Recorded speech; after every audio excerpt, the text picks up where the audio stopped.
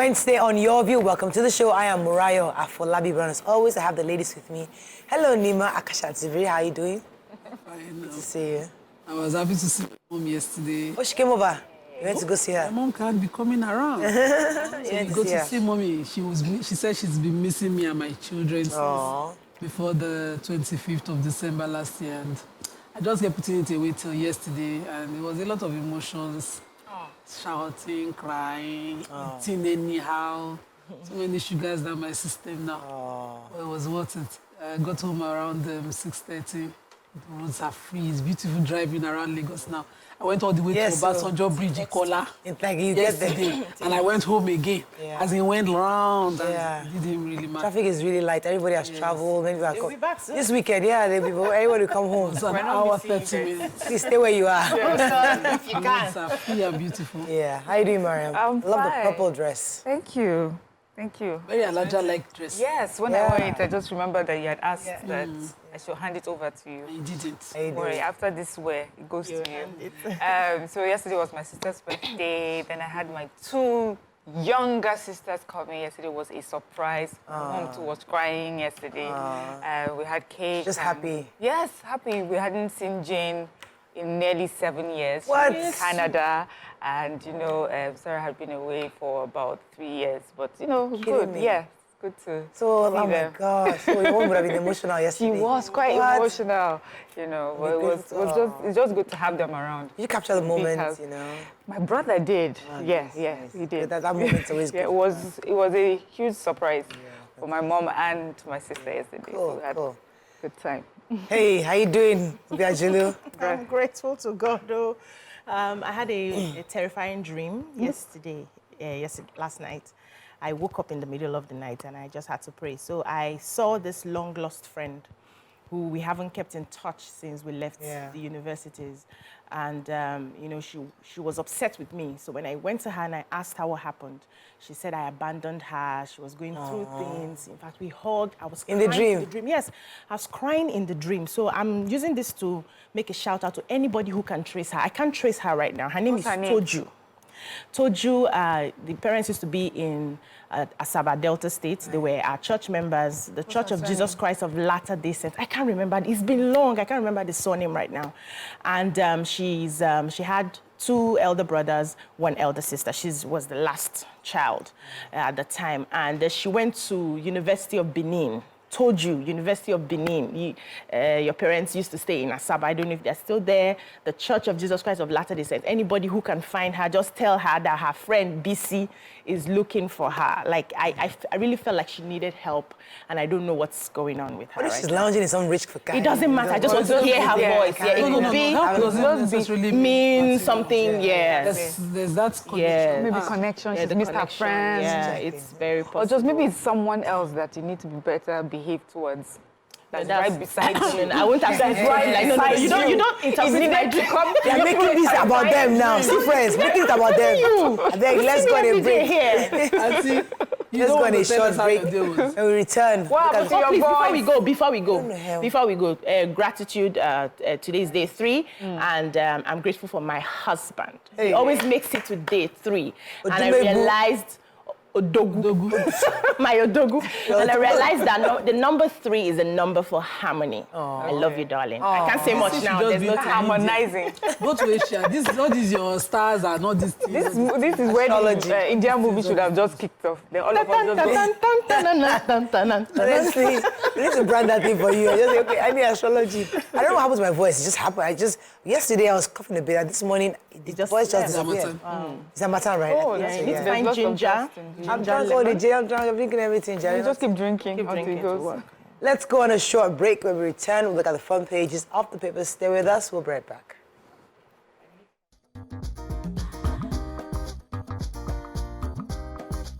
Stay tuned. Your View will be right back.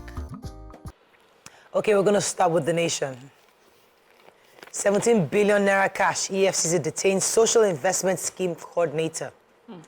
Budgets of 63 government-owned enterprises made public. Sanwo-Olu arrests soldier, 3 others for riding against traffic. Government withdraws recognition for Benin Republic and Togo varsities. Stock market opens with 665 billion naira gain. Why lawmaker Ehi resigned by Fubara. It's my turn to be Edo's next governor, says Shaibu. 10 billion naira scandal rocks NIPO's restructuring plan. Governors lift Plateau killing victims with 100 million naira. 11 killed in Kwara multiple road crash. Okay. Okay, so I have the 10 billion NIPOS scam. So the Senate was investigating or has ordered a probe into the 10 billion restructuring funds released to NIPOS by the Federal Ministry of Finance. This is because they discovered that NIPOS Properties and the Development Company and NIPOS Transport and Logistics Services had some irregularities in their agencies' account. So they resolved that it must be uncovered, the alleged illegal transfer of federal government shares in 2 of these NIPOS subsidiaries to private individuals. What they discovered was that the BP, the Bureau of Public Enterprise, and NIPOS staff members were listed as shareholders of these two agencies I earlier read out. And so they've ordered that the records of these companies be confirmed by the CAC, and some top officials of the BP control significant shares of these subsidiaries, which shouldn't be. One of the somebody spoke anonymously saying that it would be wonderful to find out a few years that the next of kin of the various individuals show up claiming federal assets as properties of theirs, and that these are things that shouldn't be. I expected that the BP would have even done something very, very neat and transparent. Right. They emphasized the need for prudence, diligence, and transparency. Lack of, transfers without corruption in this arrangement, and they're insisting that NIPOS be investigated for this particular funds. All right, let's take another story, Nation. Go ahead. Okay, I have the major headline. Yeah. So the CEO of the National Social Investment Program Agency, Halima Shehu, yesterday was suspended and shortly after arrested by the EFCC in connection with what is described as a movement of 17 billion from the NSIP account into some suspicious accounts within 1 week. They said that the money has been intercepted and recovered, but she's still in detention as of this morning. And there's also going to be a quizzing or interrogation of the former Minister of Humanitarian Affairs, Disaster Management and Social Development, Sadiya Umar Farouk. And this is also for alleged laundering over 37 billion naira during her tenure through a contractor called James Okwete. Although she has sort of removed herself from this contractor, but she will be interrogated about it. But how Halima was involved, or how she finally got arrested, he said it took the wading in of the president because she had refused a direct directive to work with the minister, the current Minister of Humanitarian Affairs, that's Dr. Betta Edu, to pay an outstanding and statutory stipends to beneficiaries of NPAR. They said that, you remember the 30,000 monthly payment that was supposed to be made to beneficiaries. They said, but about 400,000 beneficiaries have still not received their stipends, and she wasn't forthcoming on what was happening, and the interrogation showed that 17 billion was moved. So they're going to do the full investigation, but this is what's on ground right now. All right, let me take the story. Go ahead. Yes, I have a story. So we saw an investigative journalist who published what he unraveled from a Cotonou-based university, how they were able to issue a degree certificate within just 6 weeks.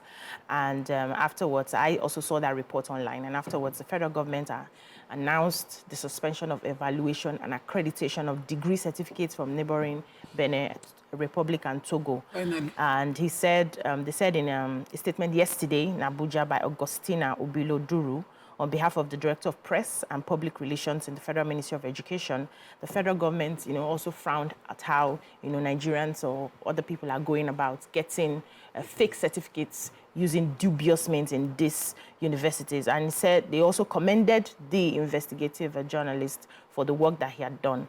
And they are saying that, the reports that he gave was what led credence to all the things that they had suspected for a while now. And so they are going to be, that's the Federal Ministry of Education is decrying the act, and they're saying with effect from January 2nd, 2024, they are suspending their evaluation and accreditation of the degree certificates from these universities, from Benin Republic and Togo Republic. And they're also going to go ahead to investigate exactly how the staff were culpable, what validations they've gotten from the Ministry of Foreign Affairs of Nigeria and all the countries that are involved in this. They're going to be involved in the NYSC because most of those certificates they also get into NYSC with the fake certificates. And some persons called me yesterday. They wanted to be sure if we're going to have discussion on the matter, saying that how about the people who are legally attending the schools, those who wrote their examinations, now that they're going to be suspending their evaluation, what is going to happen to legitimate students in those schools? Right. So maybe we'll find a way to just... Okay, so the federal government for the first time has published the 2024 budgets of 63 government-owned enterprises in the major move to open them to scrutiny.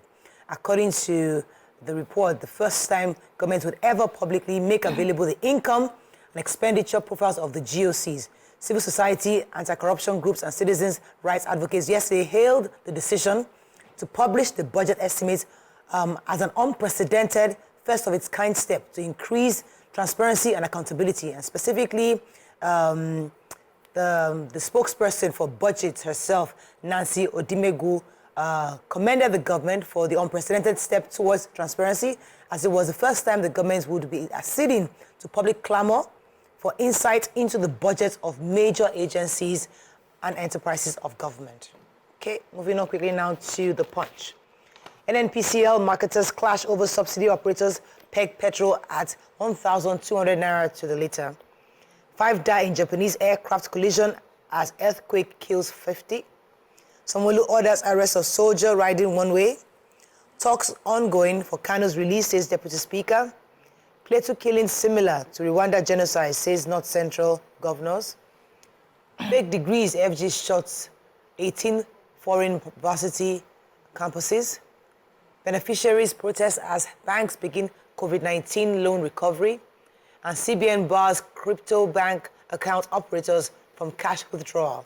Okay, which story? It was a Black New Year in Japan with a 7.5 magnitude earthquake that rattled the Ishikawa prefecture on the main island of Honshu, triggered by tsunami waves more than a meter high and sparked a major fire that tore apart Japan. And in the same light, Japan Coast Guard aircraft were, rammed into a Japanese airline plane on ground.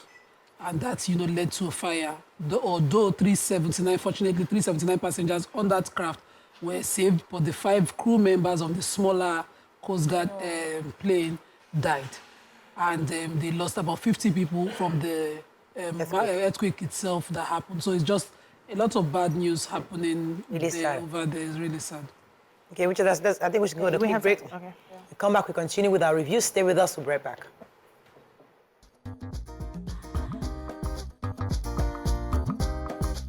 Stay tuned. Your View will be right back.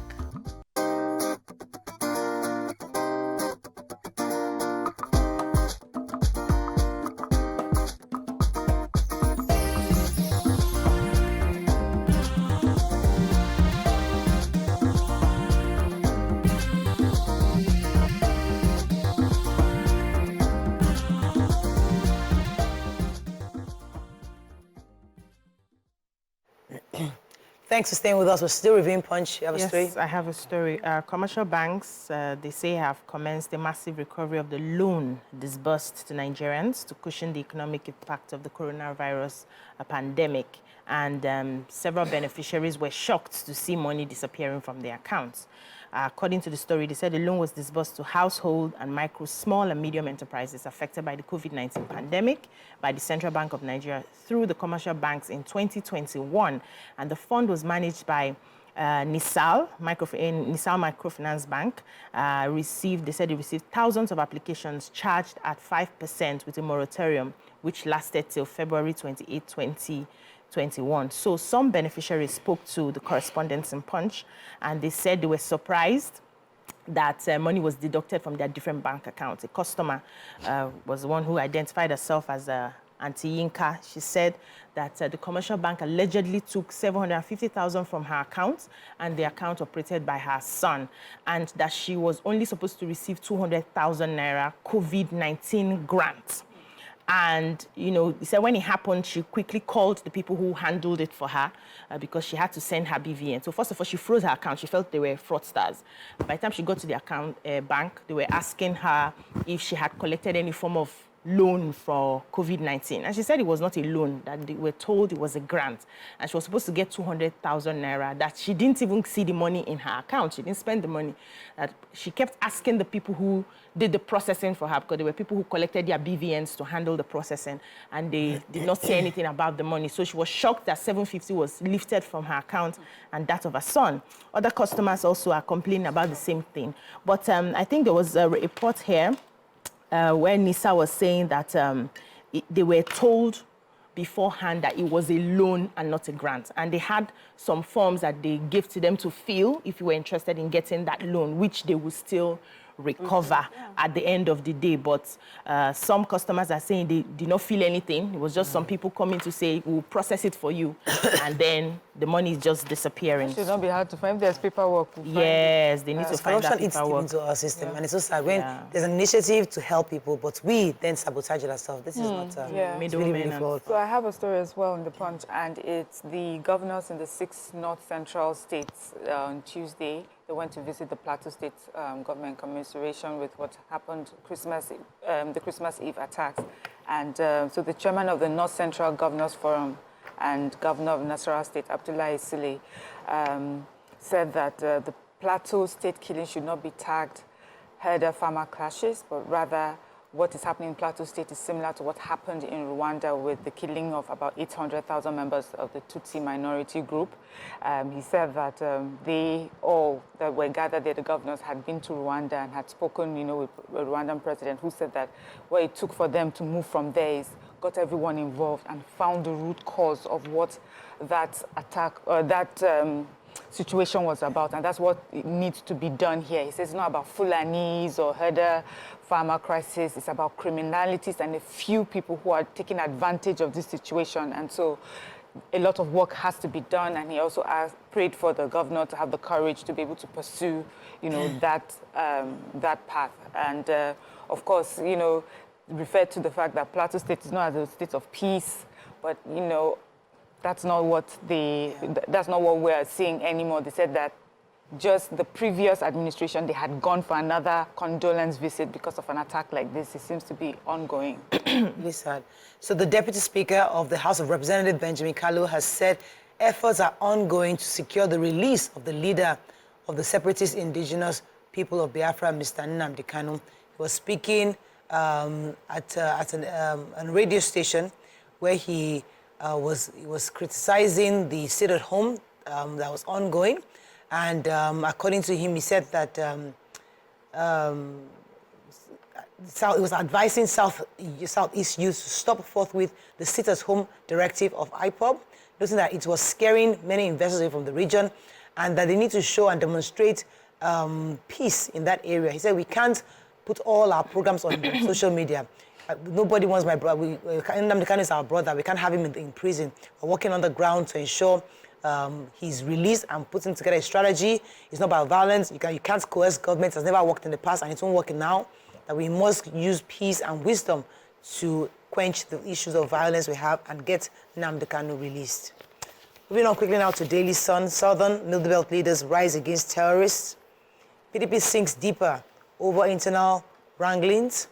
How I escaped booby traps laid by my predecessor, says Adeleke. Be patient with federal government, Kalu charges in Nigerians, and governments will continue to borrow because past regime left empty treasuries, says Oshoba. Okay, which story? Okay, so Oshoba was just, talking, giving a general appraisal of the President Tinubu's administration and between, May and December 2023, and he says that, that we should not shy away from borrowing as the previous government left an empty treasury. What he meant was that 7.3 trillion Ways and Means fund borrowed by President Tinubu was necessary.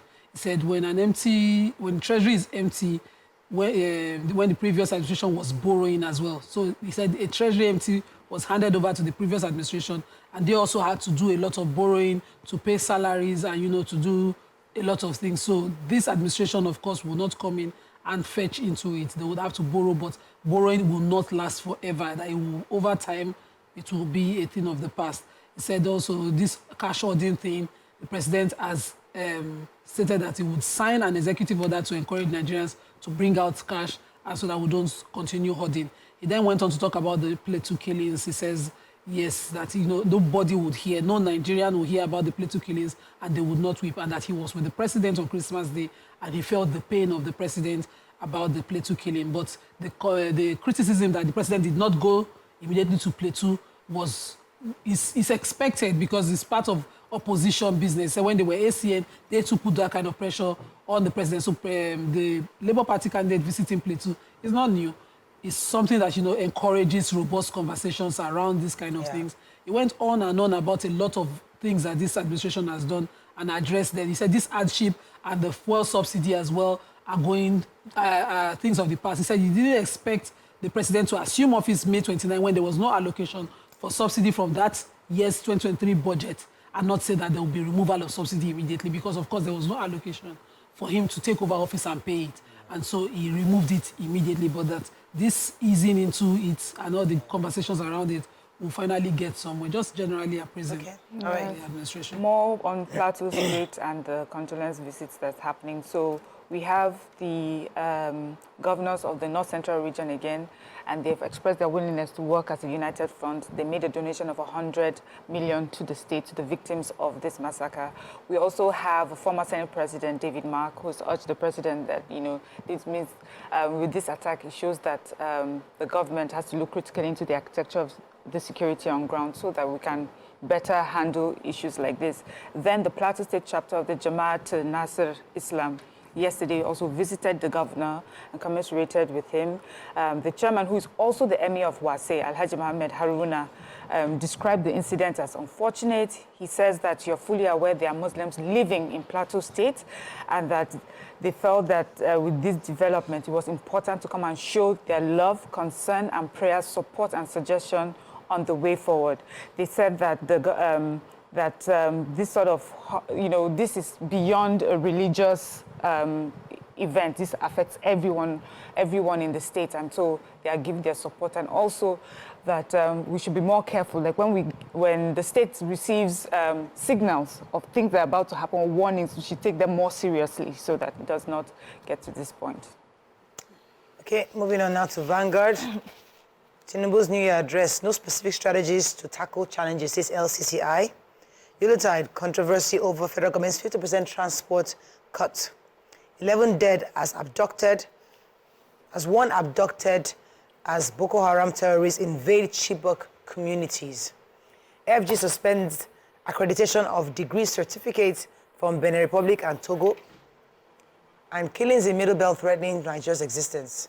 Okay, any story there? Yeah, so I took a story yesterday about the transportation rebates that the federal government had promised Nigerians, and we know that the chairman of the Presidential Committee on the Implementation of the End-of-Year Transportation Subsidy Program of the President had said that 160,000 passengers had benefited from that package. However, the Road Transport Employers Association of Nigeria, RTIN, said they were not carried along in the decision-making and implementation of the process. They said that they had, you know, closed-door meeting with the president initially, where they were asking them questions about what they wanted to do, and they gave their input, and they were waiting to, you know, fill out a contract, you know, to handle it. But up till date, they were not called. They were sidelined from, you know, the activity. And then Vanguard had initially sent out investigators to find out what exactly happened to different transport companies. And they said that one of the correspondents went to some of the transport companies that had been earmarked by the federal government to handle some of this, which is the Young Shall Grow Motors. And, you know, they wanted to find out if the 50% reduction was going on, but they said that was not the case. They said, in fact, the fee had increased. The transport fee had increased from 35,100 to 38,000 from Abuja to Enugu, Onitsha. And, different states had increased their prices. And what they found was that some persons who were traveling in the night had a little reduction from their, initial fees, which from Lagos it used to be 26,100, but now was reduced to 24,100. From Abuja, to Onitsha, Were, 24,100 to 22,100. And they said they kept, they asked the managers of some of these companies, and those ones said they are not aware that anything was happening. Some passengers also said they were asked to pay the full amount, that by the time they get to where their destination, they will refund them. Right. And that did not happen. A lot of them were complaining that they did not get that benefit, And, some of the managers said they had asked them to pre-book online, that those people who were booking online will get the rebate. Some persons said they struggled to book online. There were technical issues. They were not able to go. What's that person that speaks from... No, not the spokesperson. When you are doing online transactions, there's usually this customer care keeps saying, try again, transaction, keep waiting, we're waiting and all of that. And it was not really successful. So, and the RTE was saying that if they had walked through them, they had data of all those companies, transport companies under them. They would have been able to make it seamless because they understood the parks, they understood the transport companies, the passengers and all of that. It would have worked It's more not the first time the government is doing that. I actually don't even agree with the RT, and it's basic accounting. Pay, get your deductions, pay. So they have I don't know how customers the who are money saying will they get to did them, not. but Bacha will not show. EFCC is your friend.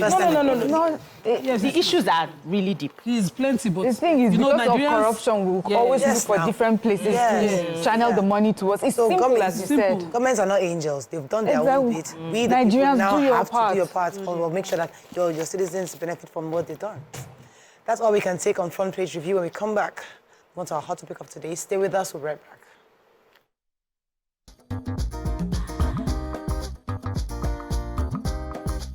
Stay tuned. Your View will be right back.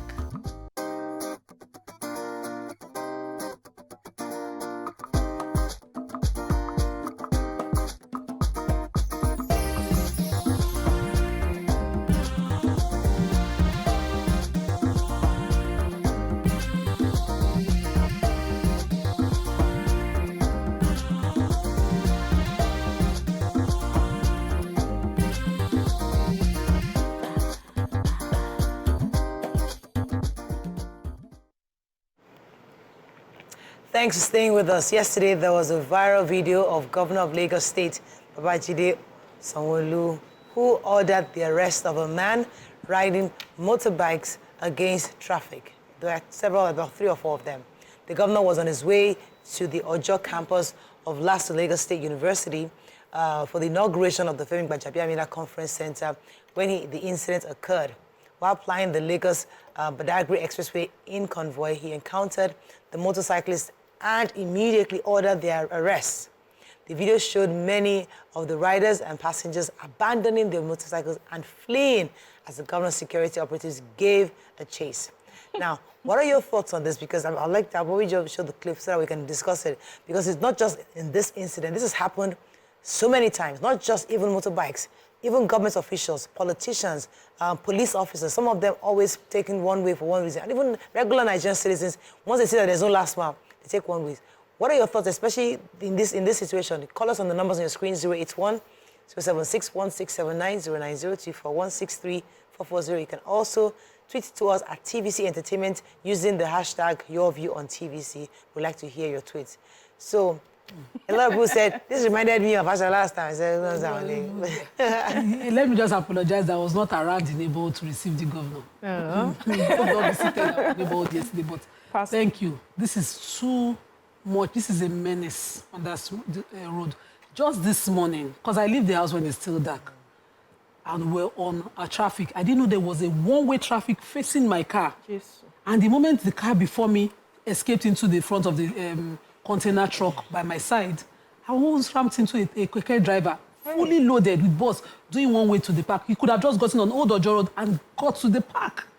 They are already working on Old Ojo Road, but na lie. Every morning, the Okadas face you heads on. So sometime last year, a BRT was killed an Okada rider. I was sitting on this chair on the show, and my neighbors were dropping it and saying, BRT, don't kill him. But the BRT was on his right lane, and the Okada rider, for whatever reason, at that time, the same time I drive, was on a one-way on the BRT lane. Hi. This is an accident.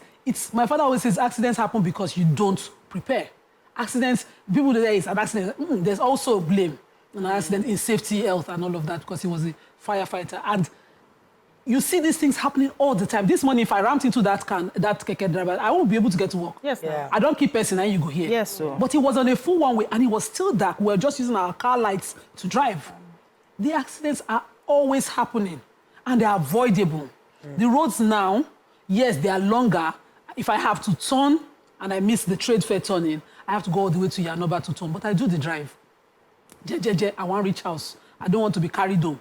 I want to get home as I walk with my legs. So you go there, a bit of traffic, you turn, it's easy, free, everywhere, it's easy now. Let me show the clips. I have no business doing one way. You can see it on screen.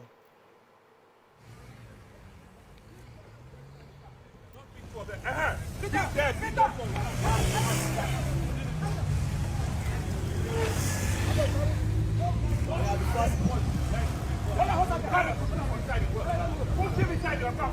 him there, then your father come and rescue you. I'm a soldier, Augusta. That's even the more reason. That's even the more reason I'm going to lock you up. That's even the more reason. They're telling me you're a soldier. That's even the more reason. I'm going to lock you up. Get out there. Very sorry, sir. Get in down there. Very sorry, sir. Useless boy, I'm telling me you're a soldier. Just take 4 of them. Yeah, lock him up. Mariam, the guy was talking back to the governor. I mean, I'm a soldier. Yeah. Very annoying. See how they have turned our governor into a, what do you call it, road transport. No, road transport. RTW. And then he now said, I'm a soldier. So the governor should stop and say, Shansa, soldier is here. Let everybody stop and greet the soldier. Although I don't think that boy is a soldier. With that, his haircut and the way he was talking at the governor, I think he's a soldier of the streets. Look at his shorts and his slippers. Is that how soldiers carry themselves? So, I'm happy that this happened and was recorded. We saw the governor apprehend these people. But there's something he said in the introduction, that it's not just the bikes. We also see when government officials do it. And I wish it was when the government officials were doing it. And I would like to see how the governor would have handled that. Because for me, sometimes they're even the worst offenders when it comes to things like that. When there's traffic and everyone is trying to follow the lane, it's the government officials in their big cars with their convoy that go against traffic. So I hope this is like a lesson so that they don't have to be caught on camera as well. And there's no, we call the governor. Because the governor told this one, say, if you like, call your father. Nobody will say, you cannot call any governor in this case. We're here. So going forward, let's realize that this is about Nigerians. We're the cause of all these our issues. We're the ones that, when they give a directive, the people who are on the streets, not following directives, are Nigerians. We cannot keep blaming governor for everything. Yeah. So first of all, I went to read comments, and some people were saying, so our governor can be this tough. During election, he was so soft-spoken, and now his voice can be this So thick. when has never been soft-spoken? No, hold on now, hold on. It was word on the streets, comments. People will always see. Remember when they were saying, when I land my point, sisters? No. Teddy bear, somebody was teddy bear. Somebody was teddy bear. He was not teddy bear. He was more like a... He had the calm. He was calm. He had a strong voice, but he spoke softly. Yeah. And that's what people highlighted. So our governor can be this tough. And I'm like, yes, that's a leader. There's a time to be soft-spoken. And there's a time to toughen your voice, right? And I saw that happen. And I'm glad that he was there to find it. And I like the fact that Mariam mentioned that the real officials, the officials of government who are supposed to be keeping these laws most of the time are the ones who, offend the most. And so they should be brought to book as well. And I don't know how, probably cameras, because I know there are some parts of Lagos, Ikoyi, where if you do anyhow, camera will do bang, bang. Lausa here. Yeah. They've got me twice and Lausa. Yes. Is it that they off the camera when the government officials are going through? Because they should get some of those clicks too, and they get then it on their SMS. They don't allow them. They you pay do quietly. it on that side. Yes. We need to make exampple. My driver was caught twice. And the camera. So, You got but you see, SMS. somebody said something. You see, Nigerians are very hard to govern. When you don't do the roads, it's a bit safer because you're bumping, you're not even going to go on one way. You can actually, maneuver yourself. But when you now fix the road is smooth, then accidents happen. Like, you can't even win in Nigerians. Yeah. So we want better roads. They fix the road, and yet you're still going on one way. You think that one way happens when, the good road, the bad road is blocked or something. So we really, as Nigerians, that's why I always keep saying that. For government to work, for Nigeria to move forward, the citizens must say, I am ready to make this country work. It's one thing to fix the road. It's one thing to demarcate a place for. One second. It's one thing to have a demarcation for BRT. Yeah. One second to have curbs, and it's another thing to overcome those things and destroy them. So Badagry Expressway has a long road, or the system all the way to Cotonou in the middle lane. Yeah. Some of them are not done. So the Alaba ramp out of the middle lane is not open. You have people then finding ways. How do I get there? Sometimes you miss your lane from Orile and you enter that middle lane and you're supposed to be going to maybe Satellite Town. You have to turn at Okoko or get to Yanoba. Your exit is all the way, except you know that the Alakija one is open. So a lot of things like that need science. And then when the roads were under construction, it was the norm to see one way. I would sit in traffic on Odojo Road, and the only alternative is to do a one-way from Ilekpo bus stop on the expressway, that's by the NNPC station, all the way to Abule-Osun when I need to, that's the exit into my house. And I would just be sitting in that traffic because I don't want to do that one way. I remember engaging the previous last mile GM that, what is going to happen here? I spent 8 hours with my kids. I just picked my kids from school and I sat in traffic. So that neighborhood is used to taking So it was a mad place. It was madness. And the unreasonable thing sometimes turned out to be reasonable. People will go to the trade fair, do one way, come down, drive mad. Because and the tanker drivers, blocking the road. So how do we fix that? That sanity must be put in place. And the government must, so that people can then depend that the system would work normally. You wouldn't have to go. If a tanker driver were to park, insist that they can't be doing their parking. They must, even if they must, provide roads for people to use. The terminals, all the bonded terminals on Odojo Road cannot just lock people down. The government usually are not there. It's you and the agberos and the tanker driver, terminal operators, and whatever they leave you to do. Sometimes we drive like mad. The former SA on work, I will call her, I will be shouting, when are we going to get out of this mad? Because I see one way, but I want the reasonable. So I will sit there. Hours. So people have been doing that one way and getting away with it. They don't rely on the system. They don't trust it to work. Right now, they have no business. I can attest to it that they have no business doing that. The roads are so free. It's 46 minutes from my house to work. Talking about no business doing that, over the Christmas, I had to go to my in-laws who live at Beachland Estate in Apapa. And we got to a certain point, and the usual route was blocked. And there were no signs to tell us where to go next. There was tankers parked on the road, so you would not know. And there were no traffic personnel on the road to tell us where to go. So we had these boys on the motorcyclists. They were the ones that told us the only way out of here or to get to where you're going is one way. And we had to take it. So we took that, we got there. Then when we were coming back, everyone was quite dark. Because everyone was taking one way, it was such a scary journey. I'm thinking with my children in the back, it's so dark, there are no lights, of course, so it's just that bright light comes right into your face. And so it's quite a dangerous situation. But we also need to, I highlighted this story because we also need to realize that it's a two-way thing. Yes. The government too needs to do a proper job. You've created a diversion. You need to put the proper signs in place. Absolutely. Not everyone lives in that area. People are going to come from afar and will not know how to navigate areas like that. If you can't put the signs, make sure that you station people that can give people the right directions so that people are not endangering their lives trying to, navigate areas like that. Do we also know that the majority of Nigerians cannot read signs? Road traffic signs. They don't know. They don't know what it means, right? And so we also need to begin to understand the science. Normally, you're supposed to do that when you go for your driving lessons and to renew your driving. And you know how these renewals happen. Nobody's testing you like that. But we're supposed to begin to inform people on the signs, because now we want to add strict measures to people who would not comply, right? But they need to know the signs. Even children should understand what this one means and what that one means, because they see it and they move on. While I was in Texas last year, there's this estate where when you drive in, there's this stop sign on the right. And then they didn't have to put, you know, we normally put those road blockers. What do they call them? Traffic bumps. Bumps, yeah. Speed bumps. Speed bumps to slow us down, especially when you're in certain streets or estates and all of that. They didn't have to put that, but there's just one sign. Bekele there, stop.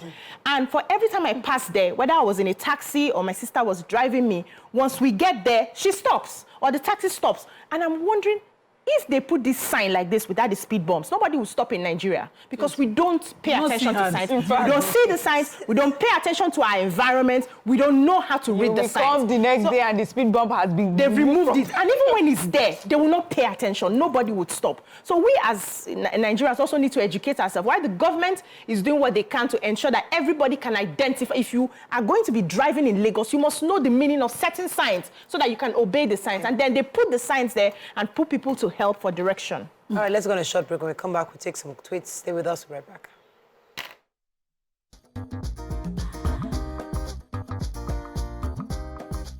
Stay tuned. Your View will be right back.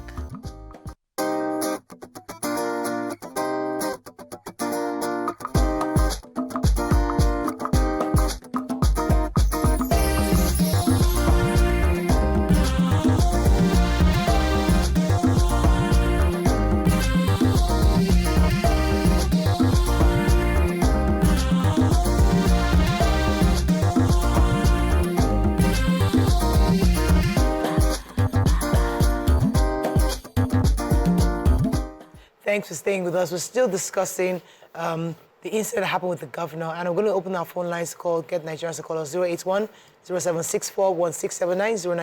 090-241-63440. You can also tweet to us at TVC Entertainment. Please use hashtag YourView on TVC. Any comments so far on? No comment, but I wanted to say that... So, 1 second, I was told that there's another video, the continuation of the one when they accosted the bikes. I think he was talking to a passenger in this one. Let's watch this one. You people that want company, when you have to arrest for this, come on the passenger, now put it that good, then you know. Madam, they're graduate, you're also into Okada, and they're taking you one way, and you put it on Facebook, on a road that I've done. Is it good? And they will not hit you, you go and fall and you die. They'll say government killed you. What a shame. And we're all praying that you have a better country. Post it and tell people, this is what the kind of things that you see. In 20 minutes, I'm sure they will still carry another person.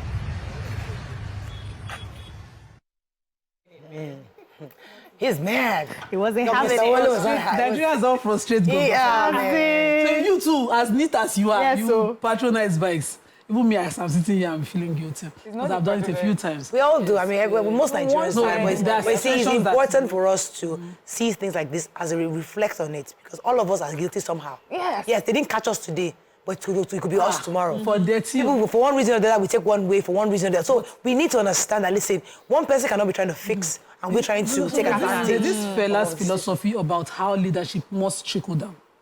And Miriam just mentioned it now. So within the military, you will see the soldier when they're going to work in their staff bus. We always go together. They are going probably to the other barracks. And in the morning, they are going, well, they are always on the right way. Except there's an accident. They are the ones that usually help us know where to go. Whenever, and I'm behind them, I'll be happy people. If they're in front of that bus, they will kill you today. You know, and they will clear for us. But the senior officers from major level, you'll be in one car with your security something. details. There's no traffic. I don't know how they do it. They will start from Ojo Barracks. They will not enter Festaco at Alakija. They are going all the way to Mile 2. And all of us, we have to stop. And I'll be like, where's the ambulance? Where's the security? Where's the emergency? That the officer, just because you are either an officer of the army, officer of the navy from the Navy barracks at Alakija as well, they will just face it straight to Mile 2.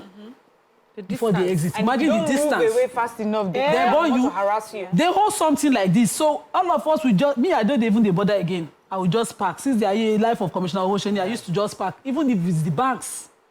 And I will So we're all culpable so somehow. we need to start from really, from the top. Yeah. That guy is not even a soldier. A normal soldier, when he sees the governor, would salute, he would respect not even himself. say that. That one is one area, but maybe a barracks boy. That We boy usually is call on them. drugs. I went to school with them. So they are just one of them. Look at his slipper. But a proper soldier would know that he's in trouble. because they know within their ranking and all of that is serious. But they are the ones who establish this.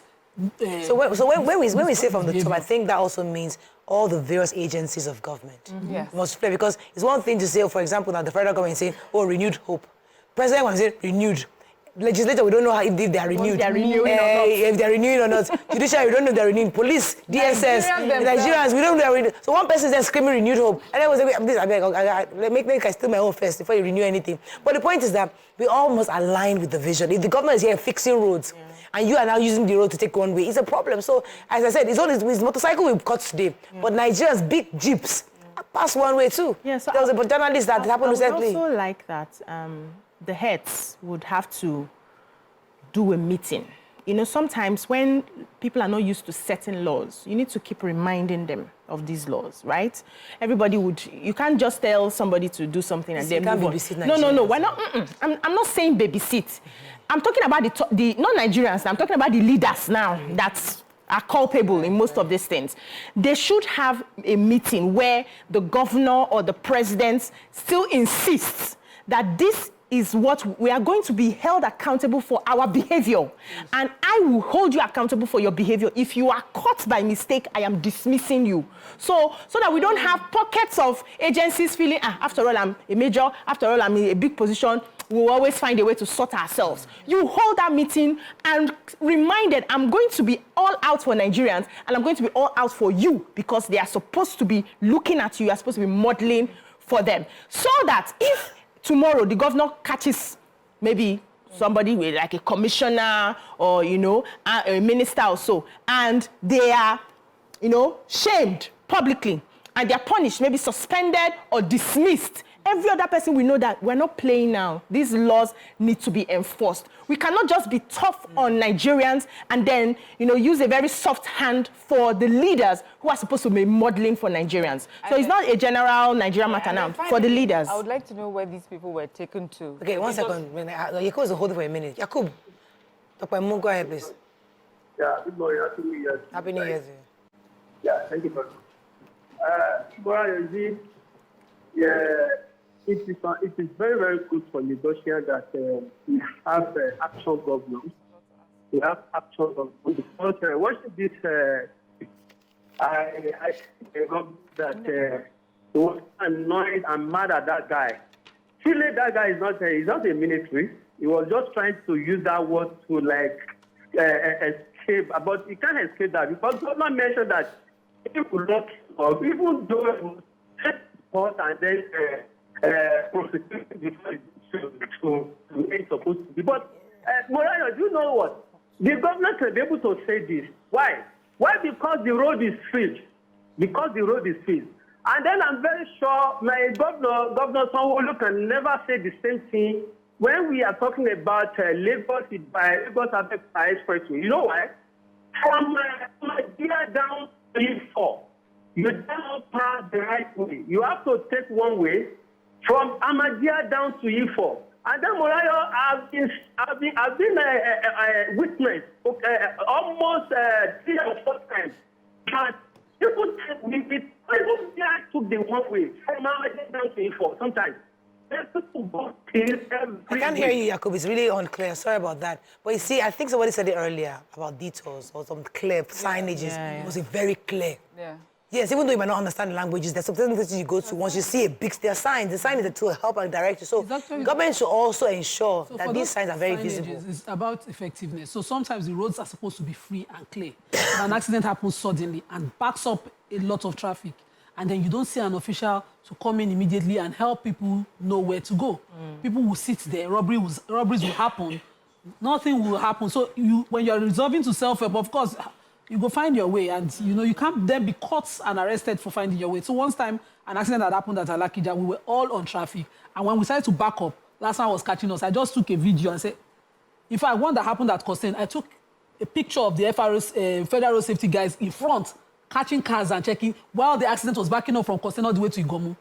And immediately I called the federal safety guy. He asked them, why are you not helping people organize traffic?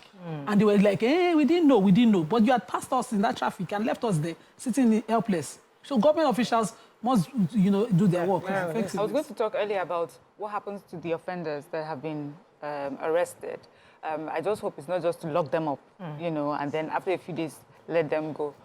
Someone had told me that in Dubai, they catch you, and some other countries, when they catch you, traffic offense, they will take you for psych evaluation. Yes. We need to ask you a question. Why would you take a one-way when you can see that you could have taken where the road is clear? Are you okay? Is your brain working well? Do you need help? And then put them to community service. Orange suits, lemon green, bright. Put them on the road. Let them, that work that they gave our governor to be doing, to be directing traffic, they should put them there to direct traffic. Let them spend hours under the sun and rain. Let them understand what it means. Exactly, because, I say this because, you were talking about what to do with when we arrest bigger people, bigger personalities. But also we need to have something in place to show that when you commit a traffic offense, it's not enough to just drop the 5,000, the 10,000 naira fine, because it's easy to pay that. Yeah. But when you are made to work and pay for it in that way, imagine you will not sweeping in bright lemon suits. And then every day you'll be on social media. Offender. Yes, traffic offender. Yes, public offender. I'm telling you. But if you talk about that psychological test, I would Nigerians go plenty for class. Sanwo-Olu should take it further. Let's have nice yellow, bright. Yes. Just like Mariam has been saying this for some time. Let's be sweeping. Bright orange suit for them. Put on it a big bag. Where public offender right there. So anytime anybody you find, let them wear it on and sweep for like a week or so. And we'll take pictures, put on social media. Yes. That will go. All those are an example. The leaders, yes. You start from the top. Well, not true now. Let's go on a break. I think that's all we can take. But we just wish the governor the best. I mean, we just hope Nigerians can also align. This is one thing to do things as government, because governments are human beings like us. They're only going to do the best they can do. However, I'm told the commissioner is probably on the phone, like, just to give us an update. Good morning, sir. Are you there?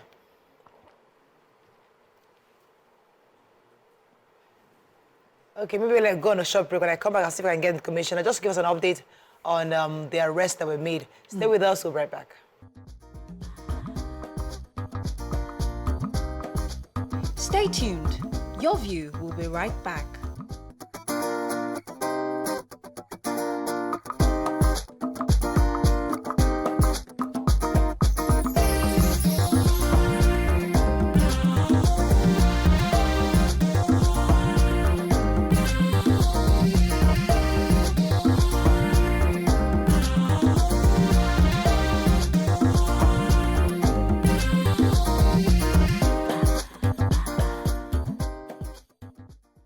Thanks for staying with us. We still have, we're going to be speaking with the Commissioner of Information and Strategy, Mr. Gbajabiamila. Good morning, sir. Are you there? Good morning. Good morning. Good to have you on the show. We just wanted to get an update from you based on what happened yesterday. We know the government had apprehended those motorcyclists who were going on one way in the Lagos-Badagry Expressway, and we arrested a few of them. Could you give us an update on the arrest, what's happening with them, and how do you plan to prosecute these ones? Well, the guy who was arrested yesterday has been released. The brigade commander stepped in, because the guy is a soldier, and he was not actually the one riding the motorcycle. He was a passenger. Okay. So the brigade commander stepped in through the chief of staff.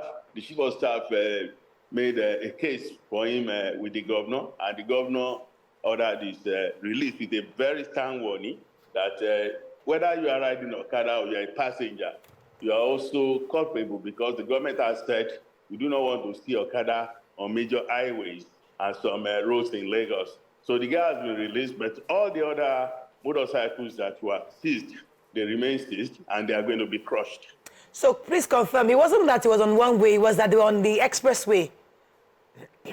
Yes, expressway, brand new roads, the 10-lane Lagos-Badagry Expressway, the part that has been fully built. Right. If you look at that video very well, we see that the road is very clean. It's a road that has just been built, Right. Great, interesting. Well done, sir. So we raised the issue earlier of, continuous management of traffic on that road. This morning, there was still one way on my way to work at the Moshalashi to Agboju end of the road. So why is it a periodic law enforcement thing? Because the governor was visiting, of course, it's different, but you know, why is it periodic? Usually it should be constant. Well, you see, the recalcitrant attitude of our people is worrisome. The government says we don't want this, and people will continue to do that thing that the government says they don't want, all on the excuse that they are fighting poverty. You don't have to tell our people that they should stop this kind of attitude. But what we have seen this morning, I can assure you, within the next couple of days, we will see it no more. Okay, one of the things the lady said... One of the things the lady said earlier was that we need visible signages, signs across the state. We know certain areas, no-go areas for Okadas, one-ways, do not enter, stuff like that. It has to be very visible so that it's very foolproof. Nobody can say they didn't see it or don't understand it. What's the Lagos State government doing to ensure that across the state we have enough signages instructing Nigerians? I think a couple of days in around November or September, thereabout, I can no longer recollect the exact time now. Some people were arrested for removing these signs. What people do is that at night they go about removing these signs. Because if you put one way there, they go and remove it. If you put no parking there, they go and remove it. So that the city can become lawless. And the government tried to stage a kind of operation that culminated in the arrest of some people who were doing this. And I think they were taken to the mobile court and sentenced. Some of them were fined. So the problem is that it's not that government is not putting signs here, but there are people who are busy doing this fiendish business of removing those signs. Okay, sir, there's also preferential arrest and preferential treatment from local government workers. So Yaba is a popular one-way, catch everybody kind of thing. But recently, the Sele end, there's a place where it's one way to get into the Sele Bridge into Okota side. And the local government officials, I believe, removed those signs, allowed yellow buses. If a car goes in behind yellow buses, they will release all the yellow buses and hold the car. And you will see cars moving into that place. You think, oh, this is no longer a one-way. And then you join them, two buses in front of you, they just go with their passengers, but they hold the car. So what is exactly, how should this enforcement be? How many yellow buses are arrested? Thank you for saying this thing that you are saying. The problem is that our people don't want to make reports. There is no way we can sit down in Alausa and be able to know what is going on in Okota and such places. But I assure you, if you can take a trip, a 5-minute drive from your station to the task force office in Alausa, the largest number of arrested vehicles we see is made up of yellow buses.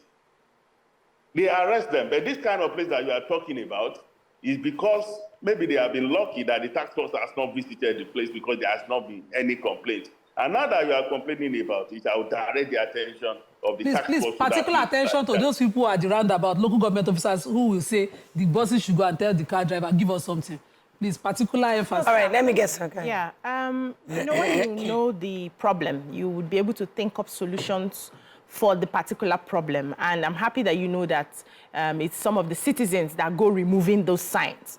Every part of Lagos always has their, good boys around and the local government in charge. Are you making plans to have a conversation with the local government in charge to hold them accountable for any of the signs that are removed? Because they are, there's no consequence for the removal of the signs, they keep doing it. So if you hold the local government accountable, you hold the area boys in that area accountable for that, they would be able to help. Are you making that plans? I mean, you have made a very valid point, and it's not just, it occurred to me that what we should do about that kind of thing is to enlist the support of the local governments and ask them, they themselves to lead the battle.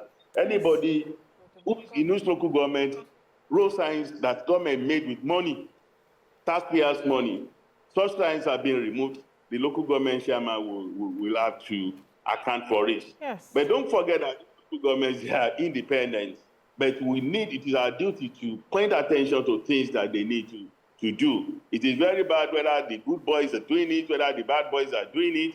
I do not want to know. It is criminal. It is economic sabotage for anybody to do that. And I assure you, the government is not going to take it lightly. All right. So I also understand that government cannot be everywhere physically. It's impossible. And so these traffic infractions and all the other things that residents of Lagos do when they're taking away signs is not something that's happening just now. This is reoccurring. What are the plans going forward to make sure that government is in a place, even if it's not physically? I'm talking of CCTV cameras or people that can just independently take a picture of someone doing something wrong, send to government, and that person would be apprehended somewhere, sometime, and will be shocked that government was able to find them even after, long after they must have committed a crime. What you have talked about is all part of our smart city project, which is on. We are planning to do 6,000 kilometers of fiber optic cable around the state. The first phase, 3,000 kilometers, is 98% completed now. And that is why you see that about 300 roads in Lagos, as I speak with you, can be viewed from the office of Lagos Traffic Radio. They can see what is going on all those roads. We have cameras in so many places now. I think about 1,500 of them already installed. And the control room, very active, with young people looking at what is going on in all these parts of Lagos. So by the time we have about 15,000 cameras all over the state, what you are talking about will become a reality. That is the ultimate goal, that we should use technology to resolve this problem. Yeah. Thank you very much, Honorable Commissioner. I'll let you go at this moment, but we just hope to see more of this from the action governor of Lagos State, arrested on the streets. Our regards to him. All right, let's go on a short break. When we come back, we'll move to our next segment. Stay with us, we'll be right back.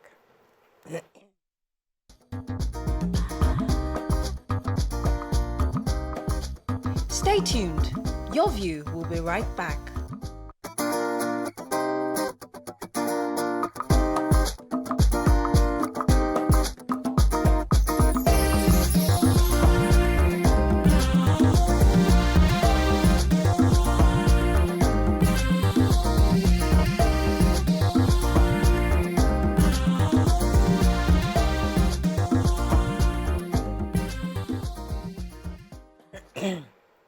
Thanks for staying with us. On this next segment, the federal government of Nigeria has banned 18 foreign universities, denouncing them as degree mills. Among them are 5 from the United States, 6 from the United Kingdom, 3 from Ghana. Furthermore, the federal government, the Federal Ministry of Education, has temporarily halted the assessment and accreditation of degree certificates from Republic of Benin and Togo. These actions followed an undercover investigation by Daily Nigerian reporter Umar Audu into the booming business of obtaining degree certificates from universities in Benin Republic and Togo. Now, this is quite alarming because this story is not really new. Many of us or many Nigerians have known for years that there are questionable degrees, especially from Republic of Benin and Togo. However, what makes this one different is that now we have core evidence where this man was able to get his degree within 6 weeks. Now, what led to his to this undercover was when they observed that many of these people with dubious certificates were getting jobs in civil service. They were getting jobs, and others who actually went to school were languaging without work, and they were in poverty. And these ones who got these questionable degrees were entering civil service and just getting their jobs. And they had to go find out how this came about. What are your thoughts on this? I mean, it's quite painful to see that these are people that have been in our system for years, that they've had collaborators within our system and their countries. Many people even travel to Europe, to the UK, and go to all these quack universities, come back in 2-3 years, have a degree, and try to get a job. And because they're foreign degrees, they're recognized. So we've had these issues for years, but nobody has actually done the work of going to get hardcore evidence. And we have it now from Umar. So what are your thoughts on this? Yeah. Popular rumor that, those, even all the way to Ghana. I remember then, before going to law school, someone came and said, from a particular school, and just didn't make sense. And it made the news. All those stories made the news about how quack and, some just had a fence and gates at the entrance. You go in, there are no faculties, no buildings, nothing. And the university comes from such establishment that, they only go online and give. And so it's a popular thing we know here. But to confirm it is another business. When I saw this on X, I was very impressed by this journalist. I must commend his work. he did this work. He made sure that he did not collect the degree and say he has finished the work. He got to service. Yes, He wore uniform and stuff. So this degree I have is 8 weeks old. You know, and you know they did all the backdating. He has his receipts, proper investigation. The guy finished work, and so of course you can't blame the federal government for taking a stand. If people in Benin Republic continue to give, because we have NUC here, and I want to believe that any country in the world has an NUC, National Universities Commission, that approves.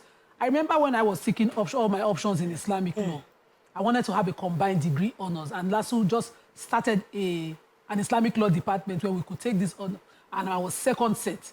We were constantly under accreditation process in that faculty then, because NUC would come. LASU was looking for professors of Islamic law. I remember my professor, they were coming in from Ilorin. They were trying to get the accreditation. I wanted all my options so that I have Islamic knowledge as well as common law knowledge at once when I graduated. And so we saw the work that they put in. So I cannot believe, I won't sit comfortable to hear that somebody go Cotonou, come back. 6 weeks. Just come carry degree come. So Cotonou, if they want to get that accreditation they want as a country, where people would respect a degree from any of their institutions, they must do the work.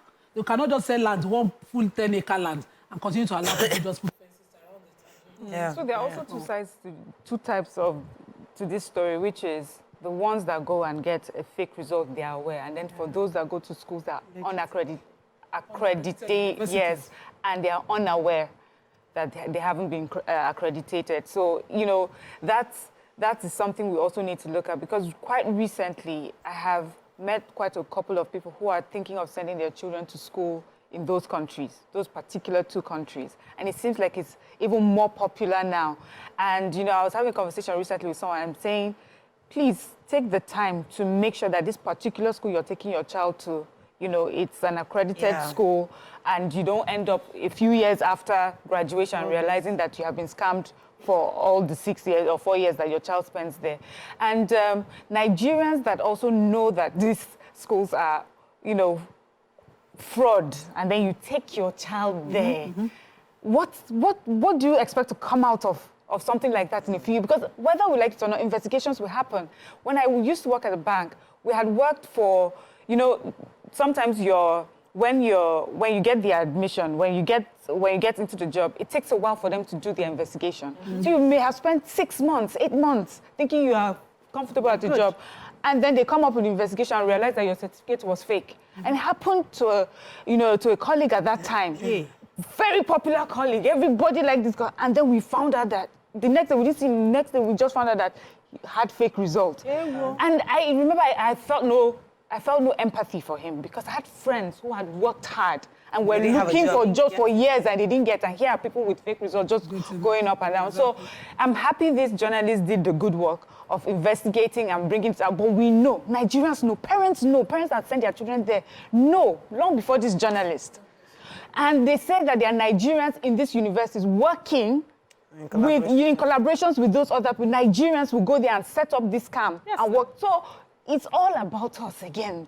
Just sabotaging Nigeria. Sabotaging. I thought they say I'm abusing the people. No. We the people. Okay, let me come to you. I did say that. So the National Association of Nigerian Students, you know, begged the federal government after this policy came out. And they are saying that a lot of students in those countries as well have gone in legitimately. There are some schools there that, you know, they are still studying well and they are completing their 4 years or 5 years course and graduating. And what is going to happen to them if the federal government just does a blanket, policy or ban against their accreditation and evaluation? But I am more worried because I'm worried because I know it's going to take a lot to start investigating individual universities and individual platforms. It's going to cost a lot, even on the part of our government, to do that.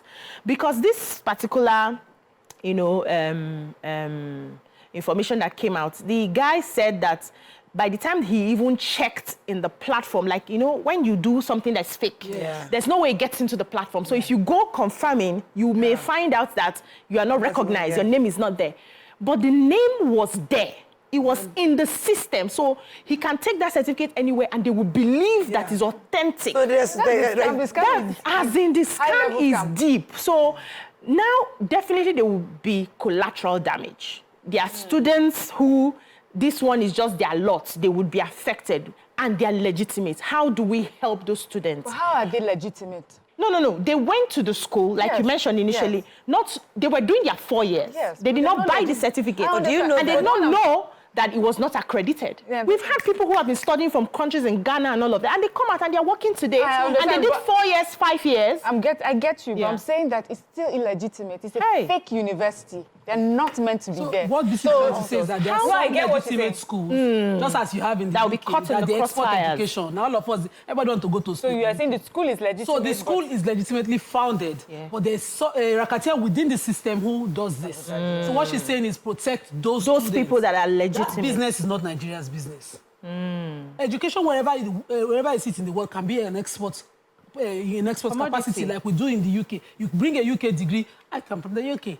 They will give you priority for work when you are seeking employment. So you know, if Benin and Togo want people to take their country serious, there's nothing big. There's nothing. We can go to school there, but make sure that system you criminalize what is happening and clean it out, and then sell to the Nigerian government. But for now that we cannot verify, we cannot go and we can't do it for them. And sorry, that some students are affected. You understand? If the degree is recognized in Cameroon, for instance, or Seychelles, the graduates can go there and find job. But Nigeria here, we cannot be bothered and spend Nigeria's resources trying to go and clean up Togo and the public universities. I know someone that was personally affected when I was seeking degree. I wrote JAMB like 5 times. I'm not exaggerating. And I had my wife in one sitting. We're not getting cut off. We want to study law. It was a tough time. Some of our friends decided, let's go to Ghana, only for them to do 4 years and find out when they went to Ghana was another problem. The guy came home and wrote JAMB. And all that time we are wasted. He wasted time. He then went to school here and he, saved himself the problem. I know somebody actually. Now that you're talking, he went to. His parents always complain that he never go to school. They don't know if you're doing projects. You just know that he went to school sharp, but we don't know which school is he. No signs of education. Suddenly, 4 years just shows up with NYSC degree, and his parents are just excited. Those of us on this side of the family, like, what's going on here? Uncle, where did you get this degree from? But we knew something. What we just couldn't ask any questions. We just show up with a degree. But no, but see, that's the problem is that we know these things exist. Yeah, we do. Now, why did they have to take one journalist to do the work? And that's where I have a problem. Because many of us know issues going on with different parts of Nigeria. And we gossip. Even we gossip about corruption in different places. We gossip about corruption in civil service. We gossip about corruption in different places. Yeah. We talk about all Nigeria's problems. But nobody has actually gone to actually find the root and say, okay, Mr. A, you are the one who is liable for this. Arrest him, as the prosecution. We don't ever see it through. We just gist about it. But this person, now, a federal government is reacting based on one journalist's decision to investigate an issue and to a logical conclusion. I'm even happy that they reacted to this one. Because it's good that they react. Journalists have also uncovered the trafficking rings. Agents and all of that. We don't see arrests. So that one, cabals are involved. Which one? That one go heavy. The arrests go heavy. Human trafficking. Human trafficking, and all of that. And along the West African train. And you see journalists, Sharon. So we would like to see... So it's investigated. So after an investigative journalist does his work, I am hoping that the federal government does another investigation. So you don't just jump on what the journalist says. It just gives you an opening. And sometimes, especially with schools like this, it may be an easier investigation to go through than something like human trafficking. That one is heavy. Exactly. It will take longer time and a lot more, a lot of risks. There's a lot of risks, like they do with also the drug trafficking. You say that, why is it that Nigerians wait until someone like this does, does the work of doing the investigation? We just talk about it and complain because we're all complicit. Because this person's child went there, he's back, nobody died. Please, you two go, because you also want to chop out of it. You want to participate in it. If you open your mouth too much, you don't get to participate in it. So that is why we're doing. That is why we do for every single thing that is happening in our country, and we don't do anything about this because somehow we're involved in it. Absolutely. I would. See. Sometimes we have relatives that we know are in places with certificates that they should not look the other way. Have we gone to the police to report our relatives? For what? Never. You know, my brother was telling me that, I think, was it my brother? Was saying that one of the reasons why, I can't remember the conversation, but he was telling me, somebody was saying that the reason why I would not stop, because I think it was one my brother was talking to, the two brothers, my brothers talking together. My older brother was telling my older brother, the reason why I would never support you is because I know that if I break the law, you would arrest me. Good. So I will not support you because I know you, that's the point. He would take it. Shegun would, if I break the law, my brother would put me in jail. Yeah. That's Shegun for you. But there are not many people like him. Yeah. So we have to get to the point where we can look corruption in the face and say, we're not going to be part of this anymore. We must do it as a people. So why I disagreed is that back then, when those schools were the alternatives. So the guy, you graduate from secondary school at 16 and you're already in just 100 level in another place. Your parents had to do something. And I come from a home where I was made to wait the wait. Yes, so. Every year, you know me cut off, you write another job. You're right, So I was frustrated looking at my dad thinking, do you really love your children? And one time, a friend of mine sold one, what they call quick centers, where you go and take short classes. Special centers. And I came and I said, jam form is 8,000, but that center is 50,000. When I said, you ever write jam in that center, I cost the certificate. Yeah, there are families that will not give their kids that alternative. Yes. So, let me Professor Zubairu calling from Zaria. Thanks for calling, sir. You're live. Mohammed from Zaria. Mohammed, from Zaria. This is the first time I'm getting to... Welcome to the show, Prof. Thank you very much. Please, I just want to bear my mind on this issue of fake degrees and fake qualifications. Unfortunately, this issue of fake degree, we are not addressing it. We are playing the ostrich around it. We have universities in Nigeria.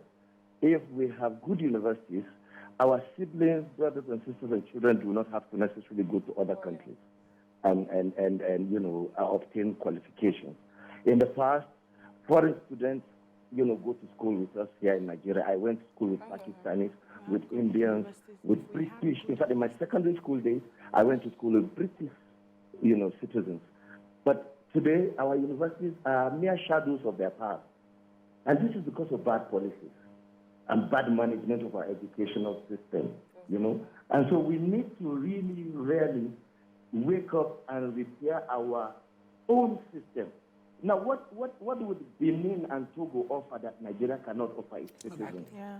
Why do we have to go outside?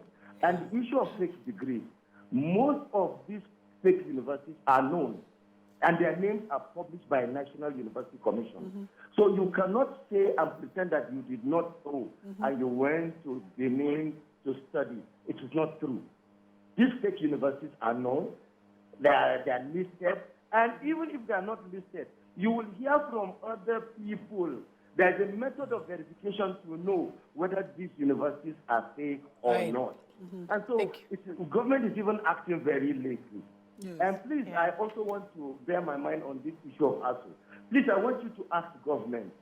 Government budgeted 50 billion naira last year to solve ASU strike. 75 billion naira to repair it. Where is the money? What happened to it? ASU was forced by the Industrial Dispute Panel to call off the strike. Now, all right, thank you very much, Professor Mohammed. Let me go on a short break. When we come back, we'll bring in the Executive Secretary, National Universities Commission, Dr. Chris Mayaki, to join the conversation. Stay with us. We'll be right back.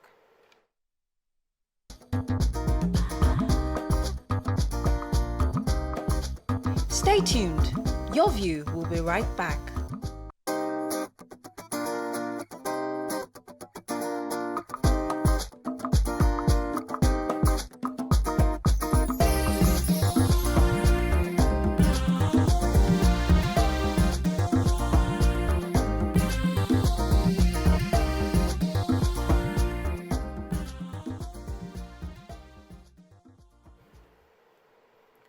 Thanks for staying with us. Join us now is the Executive Secretary of the National Universities Commission, Dr. Chris Mayaki. Good morning, sir. Thanks for joining us this morning.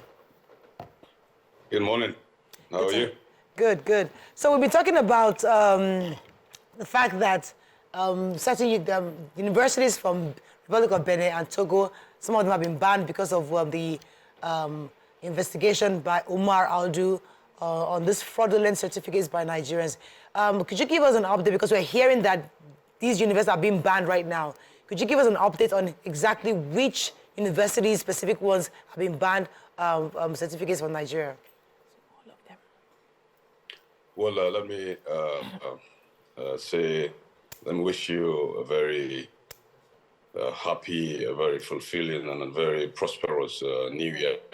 Thank you, sir. And to thank you for this invitation. We woke up as a nation, as a concerned nation, to this dreadful news of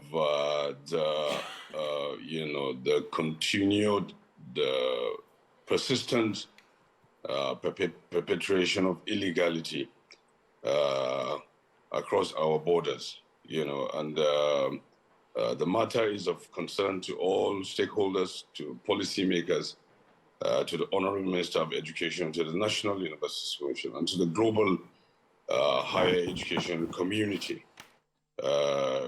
Yes, what we have seen is an immediate, proactive response to the story by the Honorable Minister of Education, who, in his wisdom, has caused a suspension of recognition of certificates emanating from certain countries.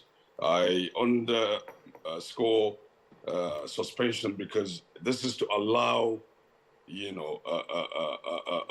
a process of verification, a process of unraveling, as it were, this mystery. So it is a suspension. It is not outright abolition, as it were. All right. Yeah, and I think what that does is it allows a process of removing the seeds from the shaft, and as we will soon find out, we'll be able to, to separate between illegal, unauthorized, and unapproved institutions, because you can't also use a broad brush to abolish all institutions, because not all institutions may turn out to be illegal. And so this is why, on a cautionary note, the word there is suspend and allow a process of investigation involving all stakeholders. Okay, thank you for that clarity. Yes, so I would like to know, did this come as a surprise to you? No. The issue of degree mills is it's an age-long, phenomenon. The word degree mills, as it connotes, it's those unapproved, unauthorized, illegitimate institutions whose business it is to manipulate and capture unsuspecting parents and students who, there's this penchant for, certificates. Everybody wants the status, the social status attached to obtaining a university degree by hook or by crook. And so, because, these institutions find a lot of unsuspecting Nigerians as, potential recruits. So it has not come to me as a surprise to us as a National Universities Commission. This is a global phenomenon in the United States of America. The issue of degree mills is on the top burner. It is every year they're also grappling with the nefarious activities of degree mills. In the United Kingdom, recently, 85 portals were exposed of illegal online universities purportedly emanating from the United Kingdom. And you can go on and on in all the regions of the world. And this is why there is a global action under the auspices of UNESCO, the United Nations Educational, Scientific and Cultural Organization, where Nigeria has... Mr. Mayaki, please, let me just make this more specific. I understand generally it won't come as a surprise. We understand degree mills and how it happens globally. But I was talking specifically with these schools in Benin. Did it need the investigative journalists to do that job for the commission, to be aware of schools, the particular let me school. correct the, let me correct the impression that our records are not bereft of previous responses and actions on institutions from Benin Republic. Indeed, the record will show that we have engaged authorities of these countries, these neighboring countries. In the recent past, the National Universities Commission commissioned a set of education correspondents, your colleagues from the media, where we thought we needed to unravel why the craze for Ghanaian education. And what we found out was that the truth was that those were substandard institutions. In Ghana, you have strong institutions like the University of Legon, the Kumasi University of Science and Technology, University of Education in Winneba. I mean, they have very strong academic traditions like Nigeria. But we have also found out that because of the acute gap between demand and supply, and the inability of a lot of Nigerians to gain access to university education, a lot of them have gone to the neighboring countries, not minding the consequences of going through those illegal, unauthorized, unapproved institutions. So we have been working at the sub-regional level, at the bilateral level. Even recently, when I visited Ivory Coast on a World Bank education mission, I visited a university because they have been so worried that they have not been recognized. The kids, the Nigerians that patronize those institutions have not been recognized for the purposes of NYC mobilization. So we and this is just two months ago, and I went there and I undertook an on-the-spot inspection and assessment, accompanied by the Nigerian ambassador to Cote d'Ivoire. So we've been working, but let me say this, the law is there. People are aware of this illegality. People is like, when you speak about armed robbery, people know when you're caught, you will face the firing squad. It's like drug peddling. People know, but as you tighten the law, also people are also making it impossible. They perpetuate illegality. They know the consequences. They embrace it. They deliberately, even architects of the illegality. And so this is the thing about conformity or otherwise with law. The law is there. We have worked, together at the bilateral level, at the sub-regional level, at the African Quality Assurance Network space, at the West African Quality Assurance Network space. NUC has been an active participant. But like I said, illegality has nothing to do with the consequences. People don't care; they damn the consequences, and especially when they're determined. Okay, Dr. Chris, I would like to understand what this blacklisting means to Nigerians and the 18 schools. What are we going to do with the information going forward? For parents, I'm sure people have written exams waiting to get into schools. For employers who are likely going to be employing some of these, they've employed in the time past, and maybe they have a list of employing people from such school. What does it mean to the average? Which schools are you talking about? The blacklisted schools in Benin and Togo. Suspended schools in Benin and Togo. Yeah, so what does that suspension mean for us or to us? Yeah, like I told you, suspension does not connote outright abolition. Okay. Yeah, and as I mentioned to you, it means that it is a very, it is a move that has a human face. It will allow a process of verification, And I know there are implications for ongoing arrangements for students that are, studies that are ongoing. But let me say this. We have gotten to the trajectory at this defining moment to unravel the mystery. You know, we will not leave the most important things at the mercy of the least important things. I need you to bear that in mind. This is a moment of soul searching. You know, the fact that as NUC, as the Federal Ministry of Education, as Nigeria, we exist to uphold the sanctity of quality.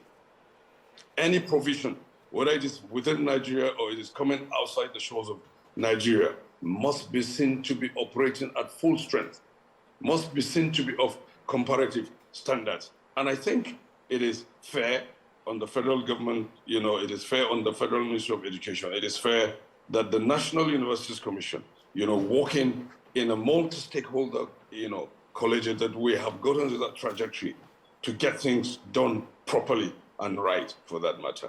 And I think that it is worth the sacrifice, it is worth the time that is taken, but there are implications.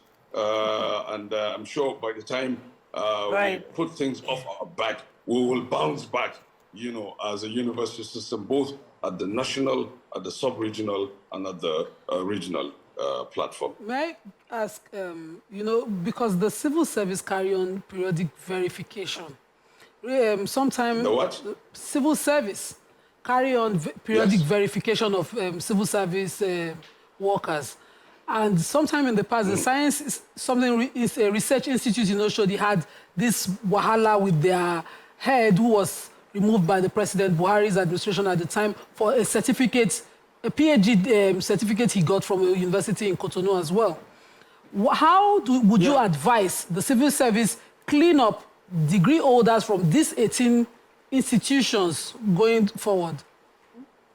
Oh, but it's very simple. If anybody presents a certificate, whether it's a civil servant, whether it's in the private sector, whether it is to TVC, you know, I think the onus is on the HR, the human resource arms of all these establishments to, you know, initiate a process of verification.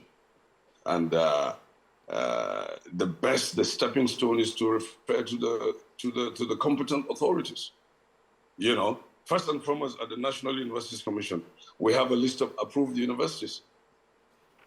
You know, speaking within our borders, we have a list of approved universities at the federal, at the state level, and at the private level. Okay? Now, the next stage is to find out whether this approved university has also been given the stamp of authority, you know, to mount any program, medicine, architecture, you know, or a stop program in that disciplinary, you know, cohort.